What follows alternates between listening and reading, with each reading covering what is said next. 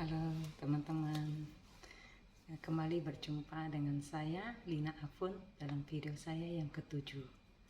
Nah, di sini saya mau berbagi tentang bagaimana kehidupan papa saya yang saya doakan. Kehidupan papa saya waktu saya masih di Kalimantan Barat ya. Saya menikah itu 2003 dan di akhir tahun 2003 di bulan Desember saya melahirkan anak saya. Nah, saya waktu saya menikah sama suami saya tinggalnya di Singkawang, di Saliung ya. Saliung saya pernah tinggal di situ. Terus saya melahirkan anak saya di Pemangkat di rumah sakit rumah sakit Amkur. Saya melahirkan secara sesar karena anak saya ini sungsang, jadi mau nggak mau harus dioperasi. Waktu saya operasi itu papa saya udah menguatkan saya karena ini ada cucu pertama dia. Papa saya bilang sama saya waktu saya pas mau dimasukin ke rumah sakit itu, ke ruangan operasi. Papa menguatkan saya, bilang, "Fun, kamu jangan takut ya, kamu jangan takut." Waktu itu saya cuma baru umur 23, belum begitu banyak pengalaman. Kalau papa saya anaknya 8. Pengalaman melahirkan anak bagaimana itu dia udah pengalaman. Jadi dia menguatkan saya karena papa saya anak-anaknya lahir semuanya itu normal. Jadi saya harus operasi. Saya bilang, "Saya tidak takut pak, aku nggak takut. Saya masih senyum-senyum masuk ke ruangan operasi. Saya pikir, paling-paling di operasi nanti keluar juga udah pasti lancar, tidak apa-apa." Tetapi di saat udah selesai operasi, karena waktu itu mungkin obatnya masih masih agak kurang bagus mungkin ya. Saya merasakan sakit yang sangat luar biasa. Habis operasi sakit sekali. Jadi di rumah kami ini anak saya adalah cucu pertama, cucu kesayangan papa saya. Anak saya berumur 2-3 tahun itu belum bisa makan apa gitu ya. Ya namanya anak baru 2-3 tahun gitu kan, makan juga nggak gitu banyak. Papa saya sekali belikan anggur banyak, belikan apel, belikan pir, belikan pisang, beli pisang itu 1 tandan ya. Pokoknya apa saja dia beliin buat anak saya. Waktu saya kecil juga mungkin tidak diberikan sebanyak begitu ya teman-teman. Papa saya sangat sayang sama anak saya. Begitu juga mama juga sayang sama anak saya. Anak saya semua disayang, semua sayang sama anak saya. Nah, terus saya melahirkan itu juga, habis itu saya tinggal di Pemangkat. Nah, tinggal di Pemangkat dari 2003 sampai 2007. Waktu itu suami saya itu jual sayur keliling teman-teman. Jual sayur keliling itu pakai motor, jual ke Tebas, daerah Tebas di Kalimantan itu, daerah Tebas. Jadi 2007 itu papa sering menasihatin bahwa sama suami bahwa jangan terus-terusan jual sayur keliling. Bangunnya itu tengah malam. Jam 12 tengah malam itu udah bangun teman-teman. Jam 12 tengah malam dia bangun, dia ke pasar Singkawang ngambil sayur. Waktu itu suami masih di Singkawang tinggalnya, saya di Pemangkat waktu saya melahirkan. Terus tidak lama kemudian suami saya tinggal di Pemangkat. Itu bangunnya jam 3 subuh, udah lebih lumayan. Terus papa sering nasihatin bahwa papa saya itu suka ngantarin orang meninggal itu pas tengah malam, dipanggil dia keluar. Ada yang meninggal itu dari rumah harus diantar ke rumah yayasan, papa antarin tengah malam, dibangunin, bangun papa saya, diteleponin bangun. Terus kadang-kadang papa juga tengah jalan ketemu hal-hal yang tidak diinginkan, kayak ada yang kena bunuh ya, ada yang jatuh sampai tidak ada yang tahu tengah malam gitu ya. Jadi papa khawatir kalau itu bisa terjadi sama suami saya gitu. Nah, Terus 2007 saya akhir tahun itu saya ke Jakarta 2007 di bulan November. Ceritanya kita mau jalan-jalan ke Jakarta, suami membawa saya sama anak saya jalan-jalan ke Jakarta sambil melihat apakah ada kesempatan mau cari toko, mau kerja apa, usaha apa di Jakarta gitu. Tujuannya pertama itu mau jalan-jalan. Jadi kita pergi itu bertiga, kita pergi itu lancar sekali ya, lancar sekali. Terus 2007 akhir itu kita mendapat satu rumah di Pasar Akap itu yang sekarang kami punya itu toko ya. Nah di situ kita mendapatkan satu rumah, kita ngontrak di situ, tinggal di situ, buka usaha di situ. Jadi di waktu kita jadi di Jakarta itu kita mesti udah menetap di Jakarta. Papa saya sedihnya minta ampun, sedihnya. Waktu kita berangkat kita kan jalan-jalan, dia nggak gitu sedih ya, sedih sih sedih rindu. Cuman dia mendengar kabar bahwa saya usaha di Jakarta, saya tinggal di Jakarta berserta anak, suami. Jadi papa kangen sama anak saya, dia kangen sekali. Rumahnya baru dibangun. Waktu itu anak saya masih kecil, dia pegang spidol itu, dinding itu dicoret dari depan sampai belakang, sampai dekat ruang mau ke dapur, dicoret panjang sekali. Papa saya senyum, dia tidak marah, dia bilang itu loh cucu saya bisa gambar naga katanya. Jadi papa saya sayang sekali, benar-benar sayang sama kita, anak-anak kita, dia juga sayang sama kita. Terus cucu-cucunya yang lain dia juga sayang. Cuman anak saya ini cucu pertama, jadi sayangnya mungkin beda ya sama punya cucu lagi, terus punya cucu lagi mungkin beda.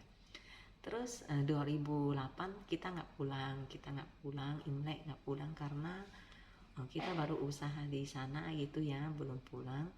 Terus 2009 kita pulang, papa senang ya, senang kita mau pulang, pasti dibeliin banyak sekali makanan kesukaan anak saya, semua udah dia siapin, menunggu kayak menunggu raja. Makanannya banyak sekali. Pokoknya kalau papa mendengar ada anaknya mau pulang, menantunya mau pulang ya, terus cucunya pulang, pasti sediakan banyak sekali makanan-makanan gitu. Apalagi kalau dengar suami saya pulang, dia beliin ikan yang sangat besar, beli di penjajab di pemangkat itu, agen ikan ya, beli yang gede sekali dia beliin. Dia sayang sama menantunya juga. Terus kita pulang Imlek, jadi cuman berapa hari aja, udah saya maksudnya ini menyenangkan papa, biar papa seneng gitu kan. Terus setiap Imlek kita pulang, saya sering pulang Imlek. Apalagi 2010 saya udah mengenal Tuhan Yesus, saya lebih sayang lagi gitu. Maksudnya saya mengasihi papa saya itu di waktu papa saya masih hidup. Di waktu papa saya masih hidup, saya mengasihi dia. Karena firman Tuhan berkata, hormatilah orang tuamu. Ya, orang tua kita harus dihormati. Nah, kita menghormati orang tua itu bukan saat orang tua kita meninggal. Kita nangis di depan mayatnya itu percuma. Kita memberikan banyak makanan di depan kuburannya itu juga percuma. Kita memberikan apa aja itu percuma karena orang tua kita sudah meninggal, gitu ya. Jadi saya sering pulang, tiap Imlek saya pulang, papa senang. Kita juga pernah memberikan kejutan buat papa. Saya sampai di Pontianak itu tengah malam jam 12, sampai di rumah pemangkat itu subuh. Jadi papa masih tidur, kita diam-diam, kita masuk rumah, mama tahu. Udah kita masuk rumah, kita tidur di kamar, pagi-paginya kita bangun kejutin papa. Papanya juga terkejut. Pernah kita kejutin berapa kali lah, sering kita kejutin. Jadi papa juga senang. Jadi di 2018 awal tahun papa saya sakit kanker ya. Sakit kanker paru-paru stadium 4. Itu sudah menyebar kemana-mana. sampai udah ke otak ya, jadi ngomongnya juga ngaur, sering apa ya namanya, orang udah terganggu ke otak, jadi orang agak kayak orang stres kayak saya gitu, stres cuma lebih parah lagi dia sebentar-bentar dia ketakutan, dia bilang ada ini datang mau tangkap saya, katanya ada polisi tangkap saya karena papa saya dulu itu pernah jual minuman keras, dia bikin sendiri, bikin ciu, bikin sendiri, masak sendiri, jual sendiri, jadi mau membesarkan anak-anaknya gitu ya. Terus papa saya sangat ulet orangnya, sangat rajin sekali, kita besar-besar semua ini hidup bersama papa itu sangat bahagia sekali ya, bahagia banget. Papa sangat sayang sama kita. Di 2018 saat papa terkena COVID, saya bergumul ya, papa belum di dalam Tuhan. Keluarga besar saya semuanya belum di dalam Tuhan, semuanya masih ikut adat istiadat ya, istiadat, masih Buddha semua. Suami juga ya, jadi ini juga jadi pergumulan saya. Anak saya udah dibaptis kalau anak saya. Jadi saya bergumul bagaimana ya biar papa saya ini bisa kenal Tuhan. Saya tahu firman, saya rindu kalau papa saya ini boleh meninggal kalau dia ini percaya kepada Tuhan Yesus. Jadi papa boleh diselamatkan di dalam Tuhan Yesus. Di awal 2018 itu Januari, kita Imlek itu 2018 itu akhir bulan Januari. Jadi awal bulan papa datang ke Jakarta, mama anterin sama adik saya yang kelima anterin ke Jakarta. Jadi saya sama adik ipar saya nganterin papa ke Malaka untuk berobat. Saat itu kita belum tahu bahwa papa terkena kanker stadium 4. Jadi kita adik-beradik ada 8 orang. Mungkin ada yang kenal ya. Nih, itu papa saya yang baju merah. Terus ada mama saya. Ada saya, suami, anak, sama adik-beradik, ipar juga. Ya, ipar juga. Jadi adik saya yang di bawah saya anak yang paling sulung, anak pertama. Adik saya yang nomor 2 itu dia mau antarin papa ke Malaka, dia nggak punya paspor, terkendala karena tidak punya paspor. Mau bikin paspor secara mendadak itu tidak bisa karena waktu itu karena ada kejadian kepala imigrasi itu mungkin ada masalah, jadi itu sangat ketat sekali, kita bikin paspor itu sangat sulit. Adik saya yang di bawah saya lagi itu dia di Kalimantan itu punya anak 1, jadi dia nggak punya suami, udah bercerai. Jadi dia mesti sama anaknya, dia nggak bisa kemana-mana, dia nggak bisa antar papa saya ke Malaysia, ke Malaka gitu ya. Jangankan ke Malaka ya, adik saya yang ini belum pernah sampai ke Jakarta. Jadi terus adik saya yang satu lagi yang cowok nggak bisa karena dia meneruskan usaha papa saya yang di Kalimantan, harus memegang usaha papa saya, terus dia nggak bisa sama sekali. Adik saya yang satu lagi yang Tegal ini yang cowok, dia juga nggak bisa, terkendala karena tidak punya paspor, punya duit tidak punya paspor, jadi tidak bisa. Diusahakan online bikin secara cepat itu bagaimana caranya tidak bisa. Adik saya yang satu lagi yang cewek yang ngantarin papa saya ke Jakarta juga tidak bisa karena terkendala mungkin bahasa apa gimana, pokoknya dia nggak bisa. Ada lagi adik saya yang satu lagi yang cewek yang sekarang tinggal di Cirebon juga tidak bisa karena anaknya masih kecil 2, dia mesti menjaga anaknya, terus suaminya yang pergi, jadi saya sama suaminya yang pergi. Adik saya yang paling bontot itu cowok, istrinya lagi hamil cukup bulan, jadi dia punya paspor bisa bawa bapak saya ke Malaka, tapi karena istrinya lagi hamil tua udah cukup bulan, nggak ada yang temanin juga, tidak bisa. Jadi di antara adik beradik saya yang pergi karena saya mengasihi papa saya. Itu masa itu udah dekat Imlek, toko saya ramai sekali waktu itu, ramai sekali kayak corona. Waktu pas ini apa yang pertama itu toko rame kayak gitu, pokoknya ramai sekali itu pas mau Imlek. Suami saya sama karyawan, jadi kita bertiga kerja, jadi saya mesti bantu di toko, kalau enggak itu kerjaan pasti banyak berantakan gitu ya. Jadi mau nggak mau saya lepas kerjaan saya membawa papa saya, jadi adik saya menggantikan posisi saya di toko. Terus saya membawa papa saya ke Malaka. Itu waktu itu sambil saya ikut di gereja itu ada doa puasa, saya sambil doa puasa juga bawa papa saya. Sampai di Malaka itu dokter memvonis, udah dicek, di scan, dicek semua, itu papa saya terkena kanker paru-paru stadium 4. Saya sangat sedih, semua sedih.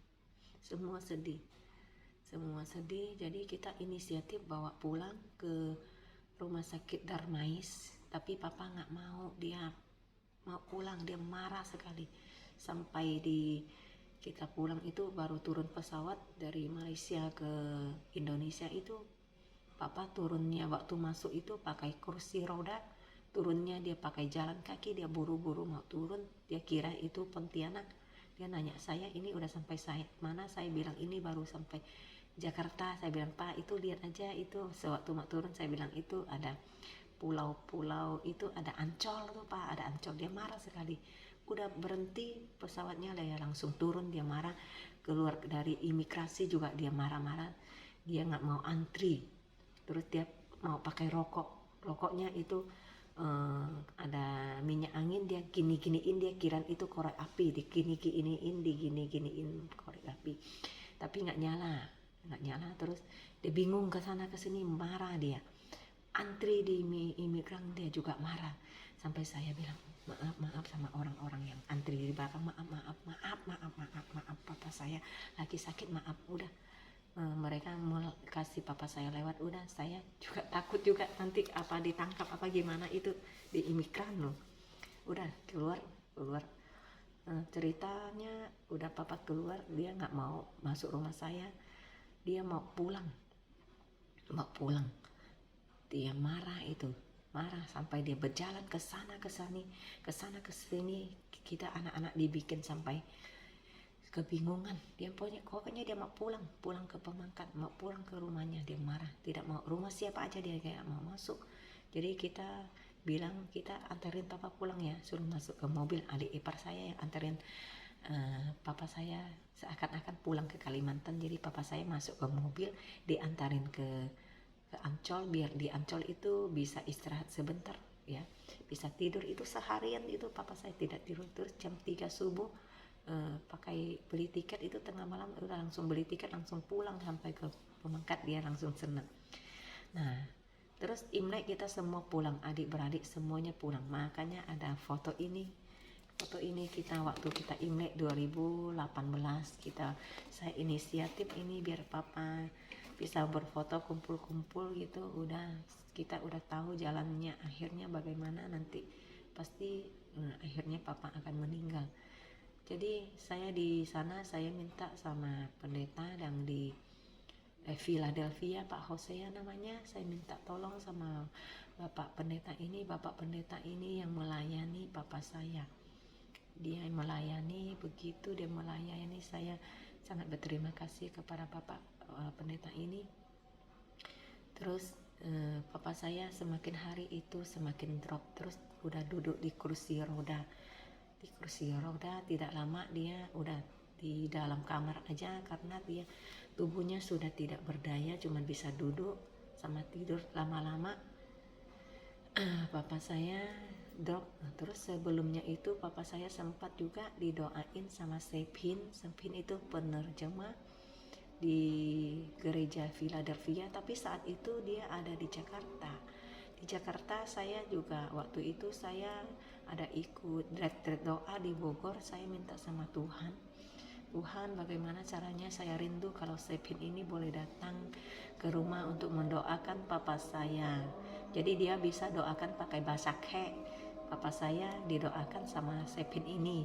Saya bersyukur itu jawaban dari Tuhan. Tidak tahu caranya kenapa Sephin juga bisa pulang sampai Pemangkat dari Jakarta, bisa mendoakan papa saya, itu sangat luar biasa bagi saya. Terus papa saya tidak lama kemudian udah terbaring di kamar, cuman bisa terbaring, makan, bisa makan. Tetapi terus dia koma. Tetapi kalau menurut dokter ya, papa saya kena paru itu nanti kalau saat dia meninggal dia akan merasakan kesakitan yang sangat luar biasa sakitnya. Tetapi puji Tuhan, papa saya tidak merasakan sakit yang begitu. Papa saya merasakan biasa-biasa aja, cuman badannya lemah, semakin hari semakin lemah, terus dia koma. Terus waktu itu Imlek saya juga, habis Imlek itu Cap Kome saya juga pulang. Terus papa saya meninggal itu di bulan Juni. Kita semua pulang juga ya. Jadi di tahun itu 3 kali saya pulang ke Kalimantan. Papa saya itu koma, tidak lama kemudian papa saya meninggal itu cuman bertahan setengah tahun. Papa saya meninggal, pokoknya saya udah melakukan apa yang bisa saya lakukan di saat papa saya meninggal. Saya mendoakan, saya minta sama pendeta melayani, saya minta sama Sephin untuk berdoa bahasa Kek biar papa saya bisa mengerti. Saya udah melakukan apa yang menjadi tugas saya sebagai anak, saya udah melakukan. Papa saya terima Tuhan, tidak terima Tuhan, itu urusan papa saya sama Tuhan. Tapi saya percaya papa saya terima Tuhan Yesus, papa saya udah di surga bersama dengan Tuhan Yesus. Saya juga sedihnya gini, papa saya meninggal itu semua itu dengan cara ini, masih cara adat istiadat, itu tidak apa-apa, saya tidak sedih begitu. Maksudnya saya sedih mungkin orang-orang di sana melihat saya ini tidak mengasihi papa saya, karena papa saya meninggal itu saya tidak pai-pai dia, pai-pai saya tidak memakai ini tanda, saya tidak, sama tanda di sini saya tidak pakai ini, biasa yang putih-putih saya tidak, saya cuma memakai kaos putih. Waktu sembahyang itu malam penghiburan itu ramai sekali ya, ramai sekali, teman-teman papa saya itu ramai sekali datang, ada sampai 1.000 orang lebih yang datang di waktu itu, semuanya datang. Tapi mereka melihat begitu luar biasanya pergaulan papa saya di situ, begitu ramai sekali papa saya meninggal, pergaulan teman-temannya merasa kehilangan sekali. Papa saya itu namanya Taichung ya, Taichung banyak yang kenal. Nama panggilannya itu nama dari kecilnya Taichung, nggak kenal. Jadi di sekitar situ mungkin banyak dari saudara, dari teman-teman bapak saya, dari keluarga melihat bahwa saya itu tidak mengasihi papa saya karena saya tidak sembahyang, tidak memegang hio untuk sembahyang papa saya. Tapi saya tidak apa-apa karena saya tahu firman Tuhan. Firman Tuhan berkata, janganlah kamu di Roma 2 ayat 12 kalau tidak salah, janganlah kamu serupa dengan dunia ini, tetapi berubahlah oleh pembaruan budimu, sehingga kamu dapat membedakan mana yang baik, yang berkenan kepada Allah dan yang sempurna. Saya tahu firman itu saya tidak boleh sama dengan dunia ini, tidak boleh sama dengan semua yang belum mengenal Tuhan, karena mereka belum mengenal Tuhan. Mereka merasa saya tidak sayang sama papa saya ya itu pengertian mereka. Saya juga hormati pengertian mereka, begitu ya teman-teman. Papa saya meninggal itu 2018 itu terakhir saya pulang ke Kalimantan. 2019 Imlek itu kita di Jakarta bersama mama saya sering bolak-balik Jakarta sering ya, jadi saya jarang pulang karena terus tidak lama kemudian itu pandemi. Terus saya berniat bulan Imlek 7 ini saya mau pulang. Waktu kemarin waktu saya baru sembuh saya mau pulang. Saya bilang saya mau belikan bunga taruh di itu di kuburannya papa, mau melihat kuburannya papa gitu kan. Saya belum pernah ke tempat kuburan papa setelah papa itu setelah dibikinin kuburannya, saya belum pernah ke situ. Jadi saya berniat mau mengunjungi kuburan papa saya, tetapi karena ini coronanya semakin parah, terus mesti banyak syarat, mesti pulang ke Kalimantan itu banyak syarat. Jadi saya pikir itu perlu ditunda dulu, jadi ditunda dulu gitu ya. Nah teman-teman, begitu cerita saya untuk video yang ini ya teman-teman.